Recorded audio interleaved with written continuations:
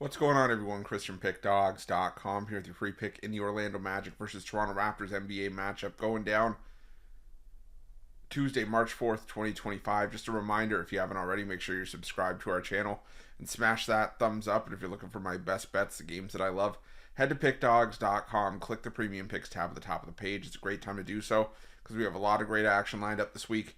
The NBA card on Tuesday is solid. We have a decent NHL card. The college hoops action is in full swing. Big conference is starting to wind down. Smaller conferences at the conference tournament's going. So make sure that you jump on. Remember to use the promo code PICK at checkout, 15% off your purchase. We've also got products for those who make big bets and for those with big bankrolls. Those looking for more of a VIP experience, where you're going to get things like late alert plates closer to game time. Where we're going to track line movement for you, try to get you the best possible number compared to the closing line. So if that sounds like something that you're interested in, text the number on the screen for more information, even if it's just to find out if it's right for you. But let's get to this one between the Orlando Magic and the Toronto Raptors.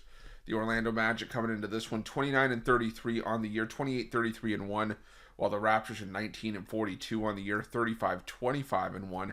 After taking down Orlando 104-102 in their last game, these two teams just met 2 days ago, and it was a game where the Orlando Magic went in as decent-sized favorites, and it was a back-and-forth matchup, and it looked for a second there like, Orlando, who trailed at the end of the first and the third quarters, was going to make a comeback, but, Toronto slammed the door shut. They had 24 points from Emmanuel Quickly, 22 from R.J. Barrett, and that was enough, and she had Franz Wagner and Paolo Banchero go off for Orlando, and like I said, it was a competitive matchup, but in the end, the Orlando Magic continue to struggle, and it's one of those things where it's just hard to explain why.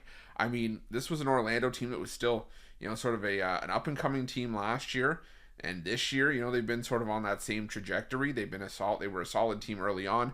Paolo Banchero got hurt, then Franz Wagner got hurt, and then, Orlando was sort of just trying to pick up the pieces. They did so for a little bit. They were able to, band together and sort of, put together all the pieces, but then it started to get a little bit hairy for Orlando, where they just started losing games, and then they were waiting for Paolo and Franz Wagner to come back. They did, and it was almost like the role players that stepped up in their absence decided to step back and be like, no, you know what, these guys are back. We can take a step back instead of being a complete team and just showing up as a unit.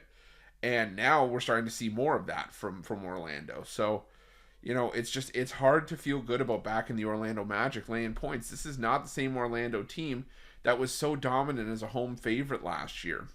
I mean, if you look at Orlando's numbers last year as the home team and as the home favorite, last year Orlando as a home favorite was 22-6 against the spread, and as the home team overall, they were 30-13 against the numbers. So, that's all well and good, but this year Orlando's dropped to 17-14-1, which doesn't sound terrible, but as a home favorite this year, while they are 14-8 against the number, a lot of that came earlier on this season when they were able to sort of hold down the fort. But now you bring Toronto into town once again, and this is a Toronto team that has been a feisty underdog. Don't get me wrong, Toronto has already 61 games in guaranteed themselves a losing record this season with their 42nd loss a couple games ago against Chicago.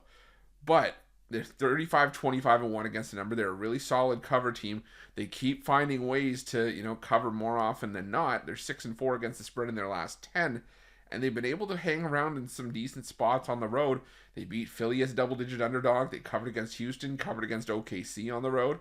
Like I said, they just beat Orlando, and while it is a quick revenge spot, a bounce-back revenge spot at home for Orlando on a quick turnaround, sometimes I find these quick turnaround games kind of go the same way the first game did, because there's just not enough time to really make adjustments to expect anything really that much different. So I'm going to go with the Toronto Raptors here, plus the 7. I think they can at least keep it close, if not give themselves a shot to win it outright again, and that's going to be my free pick. But just a reminder, if you haven't already, make sure you're subscribed to our channel and smash that thumbs up. And if you're looking for my best bets, you can find those at Pick Dawgz Premium. While you're Pick Dawgz, check out our betting tools. They're 100% free. They're the best betting tools in the business, and tools that you want to make sure that you have in your back pocket when you're making your best bets for the day's action. Thanks for watching. See you guys soon.